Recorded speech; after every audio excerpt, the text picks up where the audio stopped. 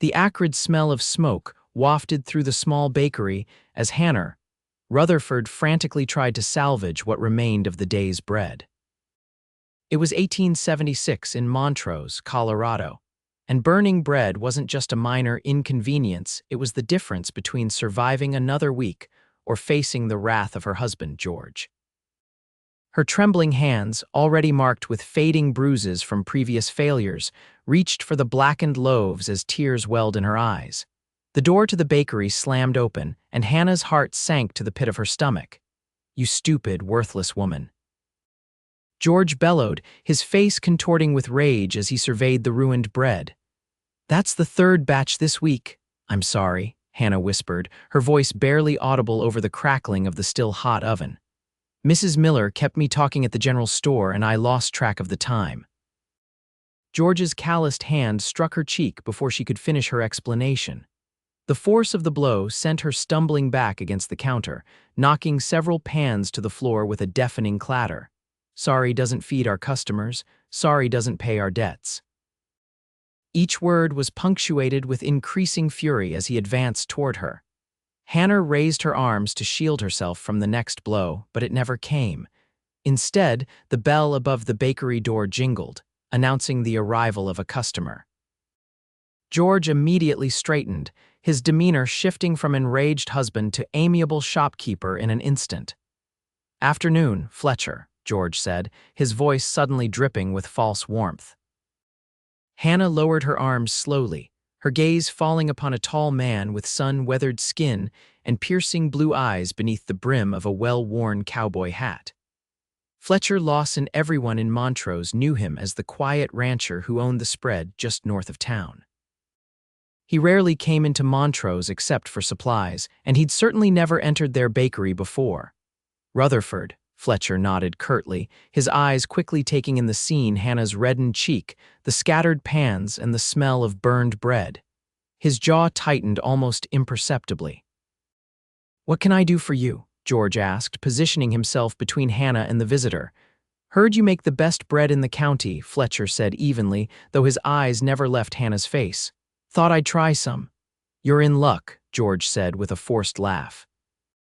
"Though my wife here seems to have burned today's batch, clumsy and forgetful, that's my Hannah."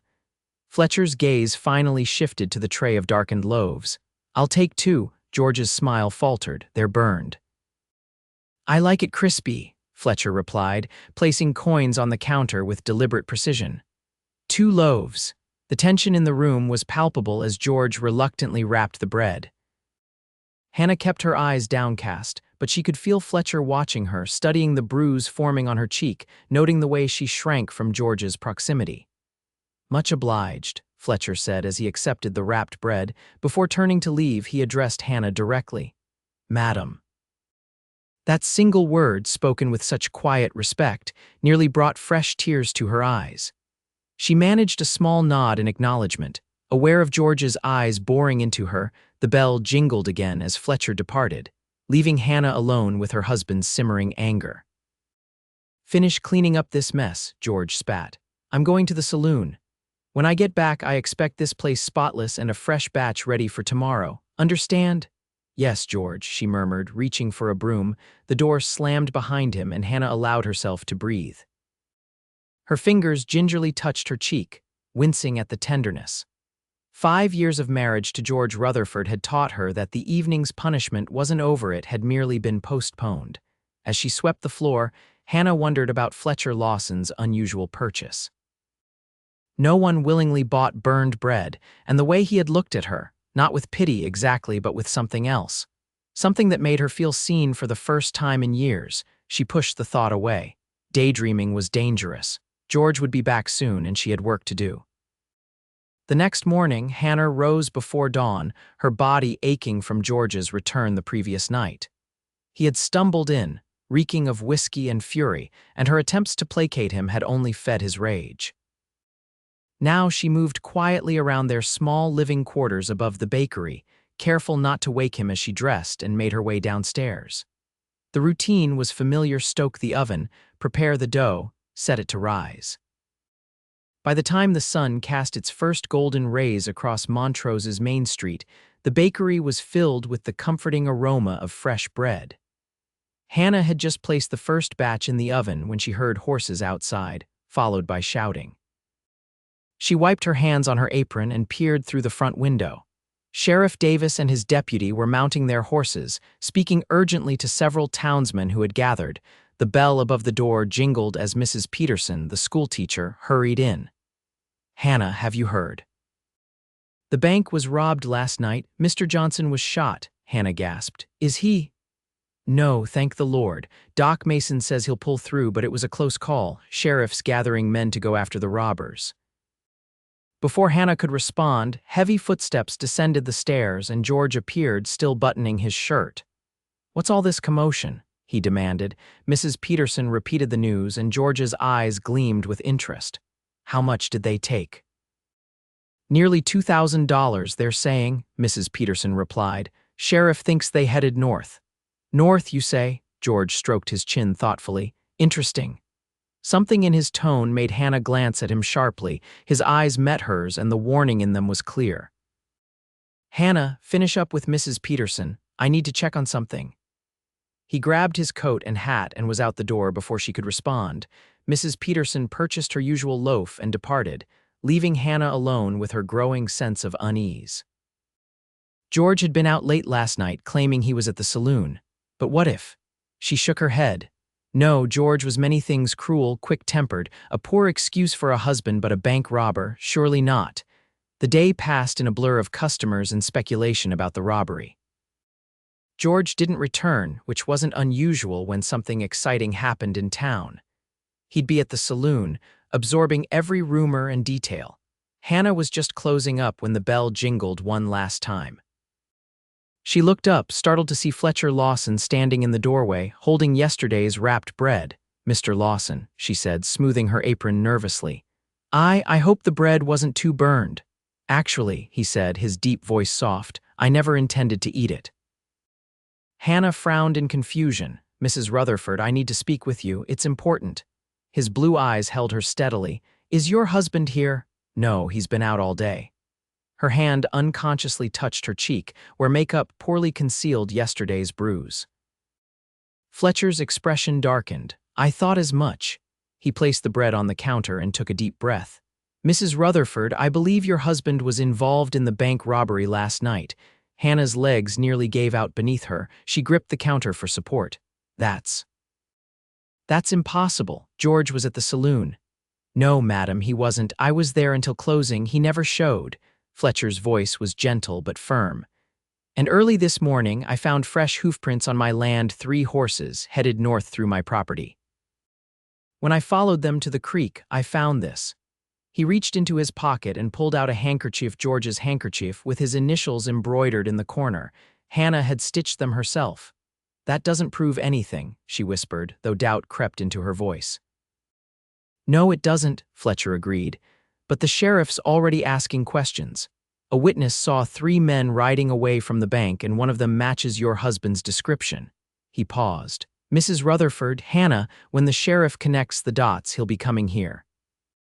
And if your husband returns first." The implication hung heavy in the air. If George thought she knew anything or if he believed she might talk to the sheriff.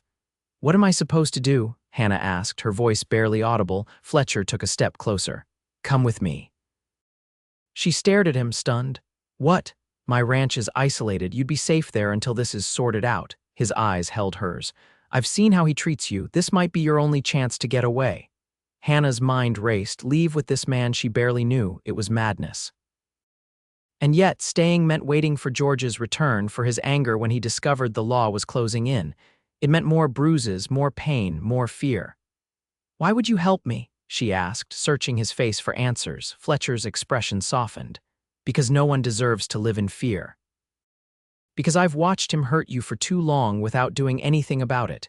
He extended his hand. "Please, Mrs. Rutherford, there isn't much time." Hannah looked around the bakery, the prison that had been her life for 5 years. Every corner held memories of pain, of George's unpredictable rage, and now the possibility that he was a criminal, that he'd shot Mr. Johnson. Her hand trembled as she reached for Fletcher's. "I need to get some things," he nodded. "Be quick." Hannah hurried upstairs, her heart pounding. She grabbed a small carpet bag and stuffed it with essentials: a change of clothes, her mother's locket, the small amount of money she'd managed to hide from George over the years. As she moved around the room, memories of George's brutality flashed through her mind, strengthening her resolve. When she returned downstairs, Fletcher was watching the street through the window. "Sheriff's at the saloon now, asking questions," he said. "We should go out the back." Hannah nodded, removing her apron and hanging it on its customary hook. She took one last look around the bakery, then followed Fletcher through the kitchen and out the rear door to where his horse waited. "Can you ride?" he asked, securing her bag to the saddle. "It's been years, but yes." He helped her mount, then swung up behind her. The solid warmth of his chest against her back was foreign but not unwelcome. His arms reached around her to take the reins, creating a circle that felt strangely protective. "Hold tight," he murmured near her ear as he urged the horse forward. As they rode away from Montrose, Hannah felt a confusing mixture of terror and relief. She was leaving everything she knew, riding off with a virtual stranger. But with each hoofbeat that carried her away from George, a weight seemed to lift from her shoulders. The late afternoon sun cast long shadows as they followed a narrow trail through stands of aspen and pine. Hannah had never been to Fletcher's ranch, though she knew it lay about 5 miles north of town. They rode mostly in silence, Fletcher occasionally pointing out landmarks or warning her about a low-hanging branch. After nearly an hour, they crested a hill, and Hannah caught her breath. Below them stretched a picturesque valley, a modest ranch house nestled at its center. A barn and several corrals stood nearby, with cattle grazing on the surrounding pastures. A creek wound its way through the property, its waters catching the golden light of the setting sun. "It's beautiful," she whispered. "It's home," Fletcher replied simply, guiding the horse down the slope toward the house. As they approached, a dog bounded out to greet them, barking excitedly. Behind it came an older man with silver hair and a weathered face. "That's Henry," Fletcher explained. "He helps me run the place." "Known him since I was a boy." Henry watched curiously as Fletcher dismounted and helped Hannah down from the horse. "Henry, this is Mrs. Rutherford from town. She'll be staying with us for a while." To his credit, Henry asked no questions, merely nodding respectfully toward Hannah. "Madam." "I'll prepare the spare room." "Thank you," Hannah murmured, suddenly overwhelmed by the enormity of what she'd done. She was a married woman who had just run away with another man. If when George found out, his rage would know no bounds. "Come inside," Fletcher said gently, seeming to sense her turmoil. "You must be tired and hungry." The interior of the ranch house was simple but comfortable, with solid furniture and clean, if worn, furnishings. A fire crackled in the stone fireplace, casting warm light throughout the main room. "Please sit," Fletcher gestured to a chair at the kitchen table. "I'll make some coffee." Hannah sank into the chair, watching as he moved about the kitchen with easy familiarity. There was a quiet confidence to him, so different from George's brittle bravado. "Mr. Lawson, Fletcher, please." "Fletcher," she amended. "I don't know how to thank you for your kindness, but I'm concerned about what happens next. If George was involved in the robbery, the sheriff will come looking for him at the bakery when he doesn't find either of us." Fletcher set a steaming cup of coffee before her. "The sheriff's a good man. Once I explain the situation, he'll understand why I brought you here. And George, if he returns to find me gone, he'll have bigger problems than a missing wife," Fletcher said grimly. "Bank robbery and shooting Mr. Johnson will see him hanged or in prison for a long time." Hannah wrapped her fingers around the warm cup, trying to process everything. "And if he wasn't involved, if this is all a mistake," Fletcher studied her for a moment. "Do you believe it's a mistake?" She wanted to say yes, to defend the man she had married. But the evidence, combined with George's unexplained absence and his reaction to the news of the robbery, painted a damning picture. "No," she finally admitted. "I don't think it's a mistake." Fletcher nodded as if her answer confirmed something for him. "Then you're better off here, regardless. No woman should suffer what you've endured." Before she could respond, Henry appeared at the doorway. "Room's ready, madam. Got fresh linens and water for washing up." "Thank you, Henry," she said. "I'll show you," Fletcher offered, picking up her carpet bag. The spare room was small but tidy, with a narrow bed, a wooden dresser, and a washstand.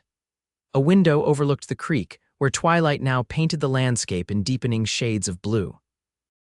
"It's not much," Fletcher said apologetically. "It's perfect," Hannah assured him, genuinely touched by the care they'd taken. "I haven't had a room to myself since before I married George." Something flashed in Fletcher's eyes, anger perhaps at the thought of her confinement. "Well, this is your space now for as long as you need it. Get some rest, we'll talk more in the morning." As he turned to leave, Hannah impulsively caught his arm. "Fletcher, thank you, not just for the room, but for noticing what was happening." His expression softened. "I should have done something sooner. Sleep well, Hannah." After he left, Hannah sat on the edge of the bed, emotions washing over her in waves. Fear, uncertainty, relief, guilt. She had left her husband, run away. Yet as she touched the fading bruise on her cheek, she couldn't bring herself to regret it. For the first time in years, she fell asleep without fear of what the night might bring. Hannah woke to the unfamiliar sound of birdsong and sunlight streaming through curtains she didn't recognize. For a moment, disorientation gripped her, then memory flooded back. The robbery, Fletcher's revelation, their escape from Montrose. She sat up quickly, heart pounding, half expecting to find George looming over her in fury, but the room was empty, peaceful in the morning light. She could hear distant sounds of activity outside, the lowing of cattle, a dog barking, men's voices calling to one another. Normal, everyday sounds that held no threat. She washed and dressed quickly, smoothing her hair into a simple knot at the nape of her neck. Her reflection in the small mirror above the washstand showed a woman she barely recognized, pale, with shadows under her eyes, but with something new in her expression. Something that might, with time, become hope. When she ventured into the main room, she found Henry at the stove, frying bacon. "Morning, madam," he greeted her with a nod. "Fletcher's out checking the herd, said to tell you to make yourself at home. Breakfast'll be ready shortly." "Please, let me help," Hannah offered, moving toward the stove. Henry shook his head. "Not necessary, you're our guest." "I've been cooking for others since I was 12 years old," she said with a small smile. "I'd feel more comfortable keeping busy." The older man studied her for a moment, then nodded, stepping aside. "Coffee's fresh." Hannah took over cooking breakfast, finding comfort in the familiar tasks. By the time Fletcher returned, she had prepared bacon, eggs, and a batch of biscuits that were just coming out of the oven. Fletcher paused in the doorway, surprise evident on his face. "You didn't need to do this." "I wanted to," Hannah replied simply. "It's the least I can do." They ate together at the kitchen table, the men appreciative of her cooking. It was strange, Hannah thought, to sit at a table where no one criticized the food, where no one's temper hung like a thundercloud waiting to break. After breakfast, Fletcher asked Henry to handle the morning chores. Once the older man had left, Fletcher turned to Hannah with a serious expression. "I rode into town at first light," he said. "Wanted to see if there was any news." Hannah tensed. "And the sheriff's formed a posse. They're tracking the robbers north toward the territorial line." He paused. "They found your husband's horse abandoned about 10 miles north of here, blood on the saddle." Hannah's hand flew to her mouth. "George is hurt." "Looks that way. Sheriff thinks the robbers may have turned on each other." Fletcher watched her carefully. "I also spoke to Sheriff Davis about you." "What did you tell him?" "The truth. That I'd seen how your husband treated you, and when I suspected he was involved in the robbery, I was concerned for your safety." Fletcher's eyes held hers steadily. "I told him you're staying here under my protection until this is resolved." Protection. The word warmed her unexpectedly. "What did the sheriff say?" "He wants to speak with you when he returns, but he understands the situation." Fletcher hesitated. "There's more. Word of your departure has spread through town. People are talking." Hannah felt her cheeks flush with shame. In a small town like Montrose, a woman leaving her husband was scandalous, regardless of the circumstances. "They think I've run off with you," she realized aloud. "That we're—" "Yes," Fletcher acknowledged, "but that's not the worst of it." Mrs. Peterson and several others spoke up. "Told the sheriff they've suspected George was hurting you for years. Said they should have done something sooner." Tears sprang to Hannah's eyes. Her neighbors had known, had seen her suffering and said nothing, yet they were speaking now when it was safe to do so. "I'm sorry," Fletcher said softly. "I know this is difficult." Hannah wiped her eyes. No, I'm grateful you told me. At least now I know where things stand. She straightened her shoulders. What happens next? We wait. The sheriff promised to send word when they find George and the other robbers. He studied her face. In the meantime, you're welcome to stay here as long as you need. The days that followed fell into an unexpected rhythm. Hannah insisted on earning her keep, taking over the cooking and helping with household chores. Fletcher taught her about the ranch operations, showing her the cattle, the vegetable garden, the chicken coop. Henry, initially reserved, warmed to her presence, especially after tasting her apple pie. Each day, Hannah expected news from town, expected to hear that George had been captured or killed. Each night, when no news came, she felt a confusing mixture of relief and dread.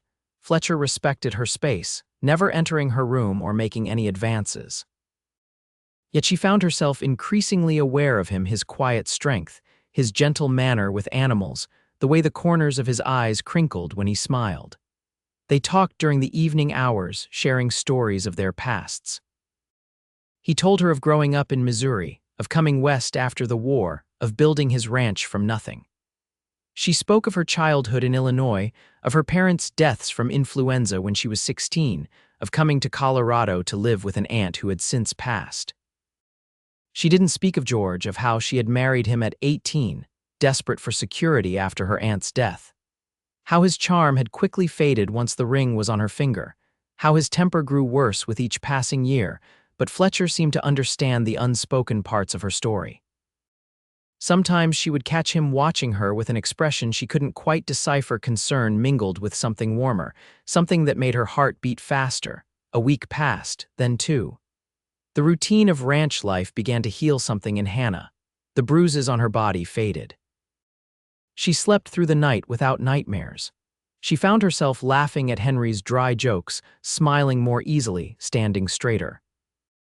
One evening, as she and Fletcher sat on the porch watching the sunset paint the valley in hues of gold and crimson, he finally asked the question she had been dreading. If they find George alive, will you go back to him? Hannah stared at the horizon, considering her answer carefully. A month ago, I would have said yes, not because I wanted to, but because I didn't believe I had a choice. She turned to look at Fletcher. Now I know different. No matter what happens, I won't go back to that life. Relief flickered across his features. I'm glad to hear it. They sat in companionable silence as darkness fell. When Hannah finally rose to go inside, Fletcher touched her arm lightly. You deserve better than what he gave you, he said softly. You deserve to be cherished, not feared. The words, spoken with such quiet conviction, brought unexpected tears to her eyes. Thank you for seeing that, she whispered. Good night, Fletcher. That night, Hannah lay awake long after she should have been sleeping, replaying Fletcher's words in her mind, cherished, not feared. Was that possible? After years of walking on eggshells around George, could she learn to accept kindness without waiting for the other shoe to drop? And Fletcher. The way he looked at her sometimes made her wonder if he might be the one to show her what being cherished felt like. The thought both thrilled and terrified her. The next morning, the sound of approaching horses pulled Hannah from her thoughts as she hung laundry on the line behind the house. She shaded her eyes against the sun, making out 3 riders coming up the trail toward the ranch. Fletcher emerged from the barn, rifle in hand, though he kept it pointed downward. As the riders drew closer, Hannah recognized Sheriff Davis at the lead. Stay here, Fletcher told her, moving to meet the approaching men. Hannah ignored the instruction, falling into step beside him. Whatever news the sheriff brought, it concerned her directly. Morning, Fletcher, Mrs. Rutherford. Sheriff Davis greeted them as he dismounted. The 2 deputies with him remained on their horses, their expressions grave. Sheriff, Fletcher nodded. Any news? Sheriff Davis removed his hat, a gesture that made Hannah's stomach clench with apprehension. I'm afraid so. We found your husband, Mrs. Rutherford, along with the other 2 robbers. Hannah steeled herself. Is he dead? Yes, madam, I'm sorry to say he is. Looks like they had a disagreement over the money. Found all 3 of them shot, about 50 miles north of here. Money was scattered all around them. The sheriff shook his head. A sad business all around. A strange numbness spread through Hannah. George was dead. The man she had married, who had become her tormentor, would never hurt her again. She should feel something: grief, relief, anger, but all she felt was empty. "Thank you for coming to tell me yourself," she managed to say. Sheriff Davis cleared his throat awkwardly. "There's the matter of arrangements, madam, and the bakery." "Of course," Hannah nodded. "The practicalities would have to be addressed. I'll come to town tomorrow to sort everything out." "I'll accompany her," Fletcher added, his hand coming to rest supportively at the small of her back. The sheriff nodded, then hesitated. "Mrs. Rutherford, I want to apologize. There were signs of your husband's treatment of you. I should have stepped in sooner." Hannah was touched by his regret. "Thank you, Sheriff, but it's in the past now." After the sheriff and his deputies departed, Hannah stood motionless, trying to process the news. George was gone. She was a widow, free. "Are you all right?" Fletcher asked gently. "I don't know," she admitted. "I don't know what I feel." "That's understandable," he said.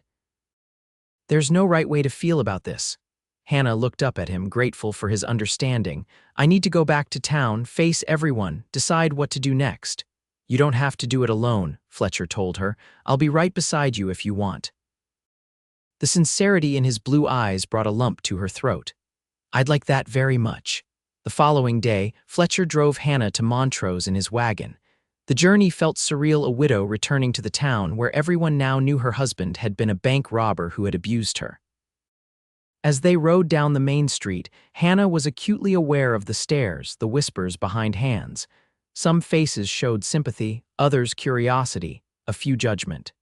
She held her head high, drawing strength from Fletcher's solid presence beside her. Their first stop was the sheriff's office to handle the official paperwork regarding George's death. Then came the undertaker, where Hannah arranged for a simple burial. George had no family, and she could not bring herself to pretend grief she didn't feel with an elaborate funeral. The bakery stood exactly as she had left it weeks ago. Hannah hesitated at the door, memories washing over her: George's anger, the burned bread, Fletcher saying he liked it crispy, the moment that had changed everything. "We don't have to go in if you're not ready," Fletcher said. "No, I need to do this." She took a deep breath and pushed the door open. Dust had settled on every surface and the air was stale. Hannah moved through the familiar space, touching the counter, the oven, seeing everything with new eyes. This had been her prison, but it could also be her new beginning. "I could sell it," she mused aloud. "Start fresh somewhere else." "You could," Fletcher agreed, watching her from the doorway. "Or you could make it your own. Montrose needs a bakery and you're a fine baker." Hannah considered the idea. The building was fully paid for, one of the few good decisions George had made. With him gone, everything now belonged to her. She could make changes, create the bakery she had always envisioned before fear had crushed her creativity. "I'll need to think about it," she said. They spent the rest of the day sorting through practical matters. The bank confirmed that George's accounts would transfer to her. The general store owner, Mr. Williams, offered to purchase any baking supplies that might have spoiled. Several townspeople approached her with awkward but seemingly genuine condolences. By late afternoon, exhaustion weighed on Hannah. The emotional strain of the day, combined with the constant scrutiny, left her drained. "Ready to head back to the ranch?" Fletcher asked, noticing her fatigue. "Yes, please," she said gratefully. As they prepared to leave, Mrs. Peterson intercepted them outside the general store. "Hannah, dear, I'm so sorry about everything," she said, clasping Hannah's hands. "We all failed you terribly." Hannah wasn't sure how to respond. The apology was sincere, but where had this concern been when George was hurting her? "It's behind us now," she said finally. Mrs. Peterson glanced between her and Fletcher, a knowing look in her eyes. "You're fortunate to have found someone who treats you properly." Heat crept into Hannah's cheeks. "Mr. Lawson has been very kind to offer me shelter during this difficult time." "Of course," Mrs. Peterson said with a small smile that suggested she believed otherwise. "Well, when you decide what to do about the bakery, let me know. My sister in Denver might be interested if you choose to sell." After Mrs. Peterson left, Hannah sighed heavily. "Everyone assumes we're together. Does that bother you?" Fletcher asked carefully. Hannah considered the question as they walked to the wagon. "Not for my sake. My reputation was already in tatters the moment I left George, but I worry about yours. You've built a good life here. I don't want to damage that." Fletcher helped her into the wagon, then climbed up beside her. "Hannah, I don't give a damn what anyone in town thinks about me." His directness surprised her. "The only opinion that matters to me is yours." The intensity in his eyes made her breath catch. "Mine, yes." He took up the reins but didn't immediately set the horses in motion. "These past weeks having you at the ranch. It's been the happiest I've been in a long time. I know you're still sorting through everything with George and I don't want to pressure you, but I hope when you're ready you might consider staying. Not as a guest, but because you want to be there, with me." Hannah stared at him, heart thundering in her chest. "Are you saying?" "I'm saying I care for you, Hannah, more than I expected to." Fletcher's gaze was steady, vulnerable. "I know it's too soon and you need time. I'm willing to wait however long it takes." Tears welled in Hannah's eyes, not of sadness but of wonder. This good, honorable man cared for her, wanted her to stay. "I don't know what to say," she whispered. "You don't have to say anything now," he assured her, finally urging the horses forward. "Just know that you have options, and one of them is with me." They rode back to the ranch in thoughtful silence, Hannah's mind whirling with possibilities she had never dared to consider before. The following weeks brought a gradual shift in Hannah's perspective. She returned to town several times, overseeing the bakery, meeting with the bank, slowly reclaiming the pieces of her life. She had decided not to sell immediately, instead reopening on a limited basis while she considered her future. At the ranch, her relationship with Fletcher evolved in small, meaningful ways. Their conversations grew deeper, more personal. His hand would linger when helping her down from the wagon. She found herself watching for his return when he was out working the ranch, her heart lifting at the sight of him. One evening in late summer, as they walked along the creek after dinner, Fletcher reached for her hand. Hannah gave it willingly, savoring the warm strength of his fingers entwined with hers. "I've been thinking," she said, breaking their comfortable silence, about staying here at the ranch." She stopped walking, turning to face him. "With you." Fletcher's expression brightened with hope. "Are you sure? It's only been 2 months since." "Since George died," she finished for him. "Yes, I know it seems quick, but the truth is my marriage ended long before George died. I was simply too afraid to leave." She squeezed his hand. "You showed me I could be brave, that I deserved better." Fletcher reached up with his free hand, gently touching her cheek. "You are the bravest person I know, Hannah Rutherford." "I'm not brave," she whispered, "just tired of being afraid." "That is bravery," he insisted. He drew a deep breath. "Hannah, I need you to know that if you stay, I want to do things properly. I want to court you to show you how a woman should be treated. And someday, if you'll have me, I want to marry you." Joy bubbled up within her, as fresh and clear as the creek beside them.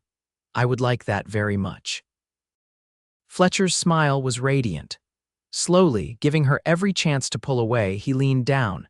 Their lips met in a gentle kiss that promised healing, hope, and a future neither had dared imagine before.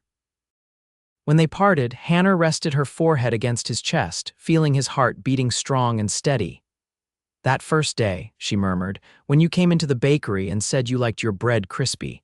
Did you really?" Fletcher chuckled, the sound rumbling pleasantly against her ear.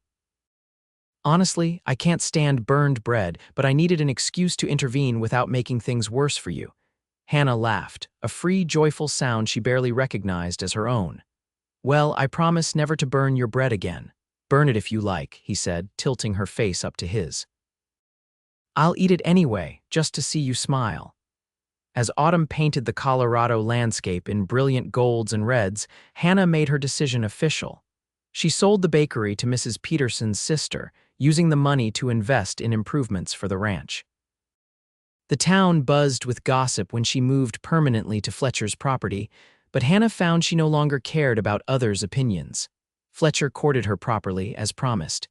He brought her wildflowers, took her on picnics by the creek, read poetry to her in the evenings by the fire. Each gesture healed another piece of her wounded heart, showing her what love was supposed to be: supportive, patient, kind. By winter, when he formally proposed, Hannah accepted without hesitation.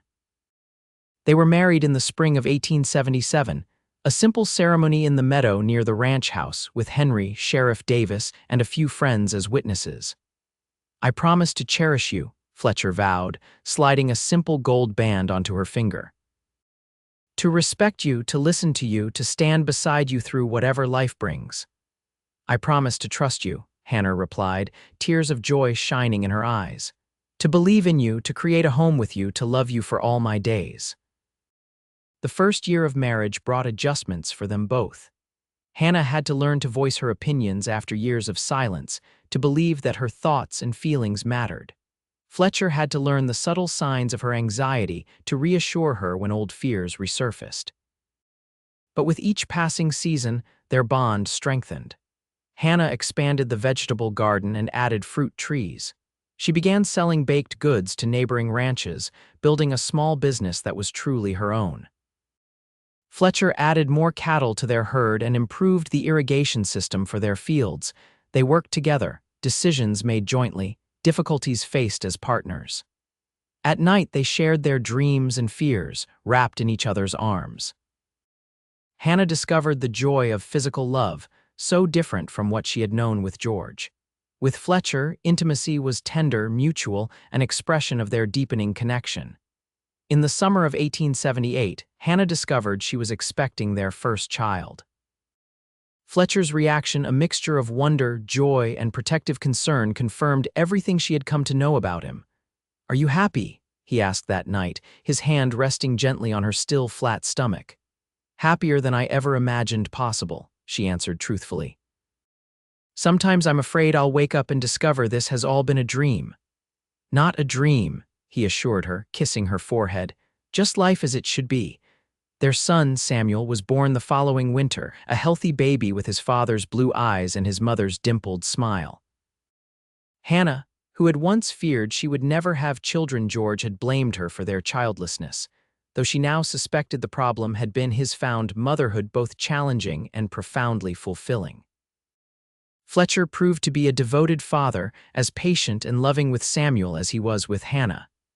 He would walk the floor with the colicky infant, giving Hannah much-needed rest. He built a cradle and later a small bed, carving woodland animals along the headboard. As Samuel grew from infant to toddler, Fletcher was there for every milestone, his pride evident in every recounting to Henry or visitors. Life settled into a pleasant rhythm. The ranch prospered under their joint care. Hannah's baking business expanded to supply not only neighboring ranches, but also several establishments in Montrose. Their reputation as hard-working, generous neighbors grew, overshadowing any lingering gossip about their unconventional beginning. In 1880, their daughter Lily joined the family, completing their happiness. Samuel, now a sturdy 3-year-old, took his role as big brother seriously, bringing his little sister treasures of pine cones and smooth stones. One evening, as the children slept, and Hannah and Fletcher sat on the porch watching the sunset, a ritual they had maintained throughout their marriage, she reflected on the journey that had brought her here. "I was thinking about that burned bread today," she said, leaning against Fletcher's shoulder. He wrapped an arm around her. "What about it? How strange life is. If I hadn't burned that bread, if you hadn't come in that day." She shook her head in wonder. One small moment changed everything. Fletcher pressed a kiss to her temple. "I'd like to think we would have found each other somehow, someday, but I'm grateful it happened when it did." "So am I," Hannah murmured, thinking of the bakery, of George, of the fear that had defined her existence then. "Do you know, in all these years, I've never once been afraid of you, not even at the beginning when I barely knew you." "I hope you never have cause to be," Fletcher said seriously. "The day I raise my voice or hand to you in anger is the day I stop deserving you." Hannah turned in his arms, framing his beloved face with her hands. The years had added lines at the corners of his eyes, strands of silver at his temples, but to her, he was more handsome than ever. "You saved me," she said softly. Fletcher shook his head. "No, Hannah, you saved yourself. You found the courage to leave, to start over, to trust again. I just offered a hand along the way." "Then we saved each other," she amended, "because before you, I was simply existing. With you, I'm truly living." Their lips met in a kiss that held all the tenderness of their shared years, all the promise of those to come. When they parted, Fletcher rested his forehead against hers. "I love you, Hannah Lawson," he whispered. "Every day more than the day before." "And I love you, Fletcher Lawson," she replied, "for giving me a life I never dared to dream of. As twilight deepened into night, they remained on the porch, wrapped in each other's arms. From inside the house came the soft sounds of their sleeping children. Around them stretched the ranch they had built together. And above, the first stars appeared in the Colorado sky, bearing witness to a love that had begun with burned bread and blossomed into a lifetime of happiness. In the years that followed, the Lawson Ranch became known throughout the county for its hospitality and prosperity.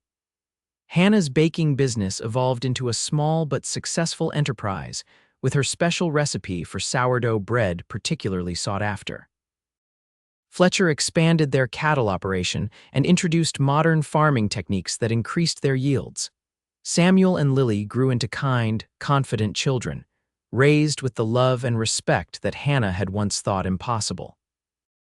In 1883, the family welcomed another son, James, completing their family. Their home was filled with laughter, occasional squabbles, and the constant hum of activity that comes with a busy ranch and 3 energetic children. Hannah never forgot where she came from or the lessons she had learned. She became an advocate for women in difficult situations, quietly offering support and refuge when needed. More than once, a woman from Montrose or the surrounding area would arrive at the ranch, bruised and frightened, to find understanding and practical help from the Lawsons. Fletcher supported these efforts without hesitation, sometimes offering work to the husbands of these women, using his influence to encourage better treatment. In some cases, the marriages were salvaged through this intervention. In others, the women, like Hannah before them, found the strength to build new lives. As Montrose grew from a small settlement to a proper town, the Lawsons' standing in the community solidified.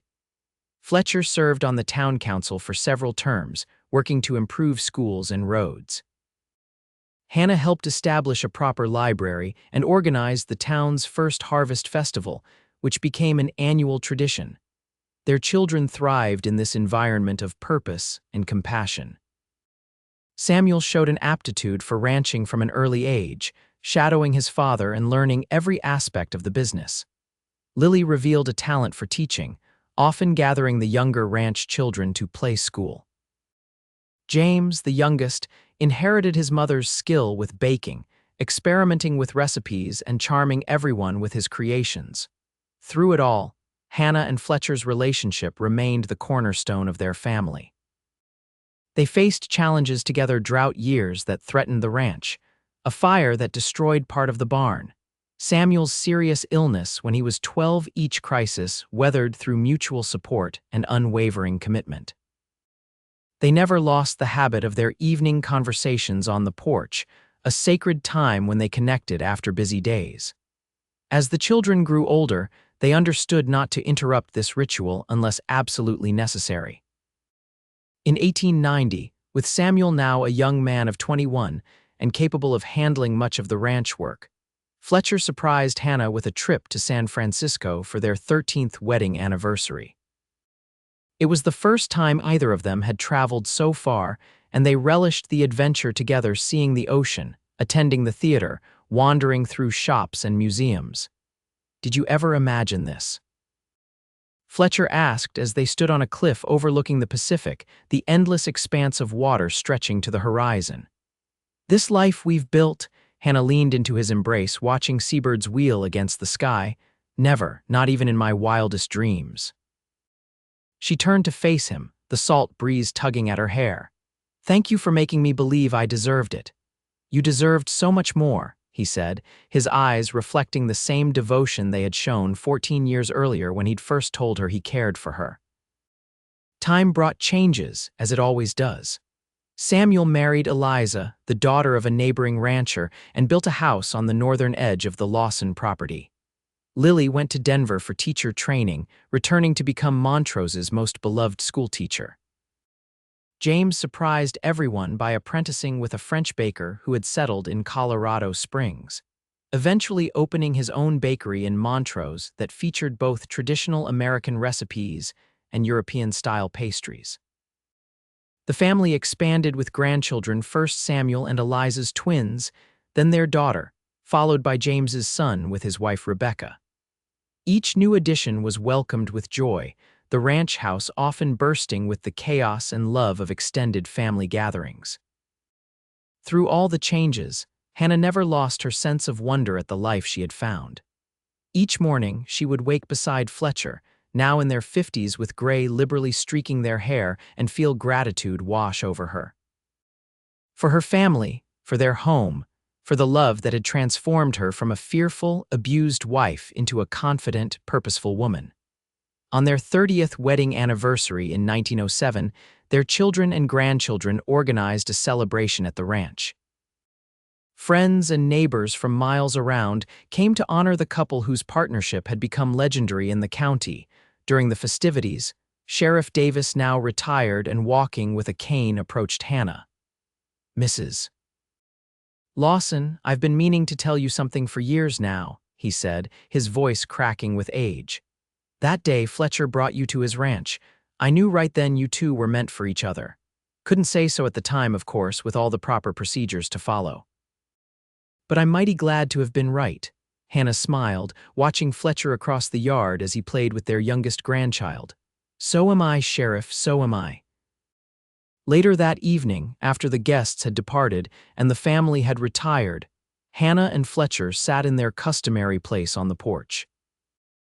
The ranch had changed over the decades, buildings added, fences moved, trees grown tall, but the view of the creek and valley beyond remained as beautiful as the first day Hannah had seen it. 30 years, Fletcher mused, his hand holding hers as it had countless evenings before. "It doesn't seem possible. And yet it feels like we've always been together," Hannah replied.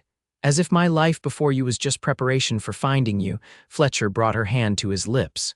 "Do you remember what I told you that day in town after we heard about George? That you cared for me," Hannah smiled at the memory, "that you wanted to court me properly." "I was so afraid you'd run," he admitted, "that you'd go back to Montrose or even leave Colorado entirely. I'd fallen in love with you so completely, but I knew you needed time." "I think I started falling in love with you that very first day," Hannah confessed. "When you said you liked your bread crispy," she laughed softly. "Even though we both know that was a lie. Best lie I ever told," Fletcher chuckled, "though the only one, I promise." They fell silent, watching the stars emerge one by one in the darkening sky. The sounds of the ranch at night surrounded them, crickets chirping, a distant coyote, the soft nickering of horses in the barn. "We've been blessed," Hannah said at last. "With each other, with our children, with this place." Fletcher squeezed her hand. "The greatest blessing of my life was walking into that bakery and finding you. Everything good that's come since has flowed from that moment." Hannah rested her head on his shoulder, her heart full. "I love you, Fletcher Lawson, today, tomorrow, always." "And I love you, Hannah Lawson," he replied, his voice as sure as it had been 30 years before. "Today, tomorrow, always." As night deepened over the Colorado Valley, they remained together on the porch, two people who had found in each other not just love, but healing, partnership, and purpose. Their story, which had begun with burnt bread and a simple act of kindness, had blossomed into a legacy of love that would endure through their children, their grandchildren, and beyond, proof that even from the darkest moments, the most beautiful lives can grow. In the soft, golden light of a September afternoon in 1920, Hannah sat in her rocking chair on the porch of the ranch house, a quilt across her lap despite the lingering summer warmth. At 80 years old, she felt the chill more easily these days. Beside her, Fletcher dozed in his own chair, his weathered hand resting on the arm of hers, always keeping that connection even in sleep. Across the yard, their great-grandchildren played under the watchful eye of Lily, now a grandmother herself. The ranch had grown over the decades, with additional houses built as the family expanded. Samuel's son Thomas now handled most of the cattle operation, while James's daughter Catherine had taken over her father's bakery in town, maintaining the family's reputation for excellent bread and pastries. Hannah watched the children with a deep sense of contentment. How different her life might have been without that fateful day in the bakery. She often wondered about the paths not taken if she had stayed with George, if she had never burned that batch of bread, if Fletcher had not walked in at that precise moment. Fletcher stirred beside her, blue eyes opening to find hers. Though his face was lined with age and his once dark hair now completely silver, those eyes remained as clear and kind as the day they met. "You're thinking hard about something," he observed, his voice rougher now but still warm. "Just remembering," she replied with a smile. "All the turns in the road that led us here," he nodded, understanding as he always did. After 43 years of marriage, they often seemed to read each other's thoughts. "Any regrets?" Hannah shook her head firmly. "Not one. Every moment with you has been a gift." Fletcher's smile deepened the creases around his eyes. "Even when I tracked mud all over your clean floors, or when I insisted we could make it back from town before that blizzard hit, even then," she laughed. "Though I admit I wasn't too pleased about the blizzard at the time." They had weathered so much together, not just blizzards, but droughts, economic downturns, the Great War that had taken their grandson Michael. Through every challenge, their partnership had held strong, their evening conversations on the porch a constant in an ever-changing world. The sound of an automobile approaching drew their attention. Few vehicles came all the way out to the ranch, the rutted road still better suited to horses than motorcars. "That'll be Dr. Martin," Fletcher said, straightening slightly in his chair. "Right on time." Hannah sighed. The young doctor had been making weekly visits since Fletcher's heart trouble began last winter. Though he had improved with rest and medication, the doctor remained cautious, especially given Fletcher's age of 82. As the automobile pulled up, their youngest granddaughter, Eleanor, hurried over from where she had been hanging laundry. At 25, she had her grandmother's auburn hair, now white for Hannah, and her grandfather's blue eyes. She had moved back to the ranch after nursing during the war, insisting on helping care for her aging grandparents. "I'll show the doctor in," Eleanor told them, squeezing Hannah's shoulder as she passed. "No need," Fletcher called after her. "We're comfortable out here, have him come to the porch." Dr. Martin was a serious young man who had taken over from old Dr. Mason 5 years earlier. He checked Fletcher's heart, listening carefully with his stethoscope, then took his pulse and blood pressure. "Everything sounds stable, Mr. Lawson," he pronounced. "How have you been feeling?"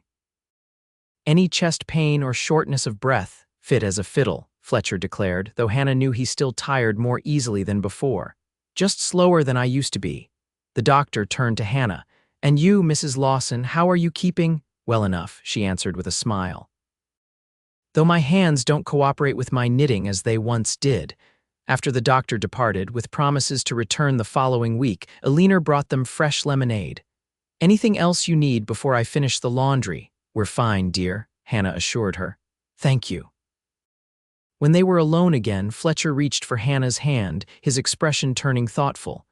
"I've been thinking about that bread," Hannah laughed.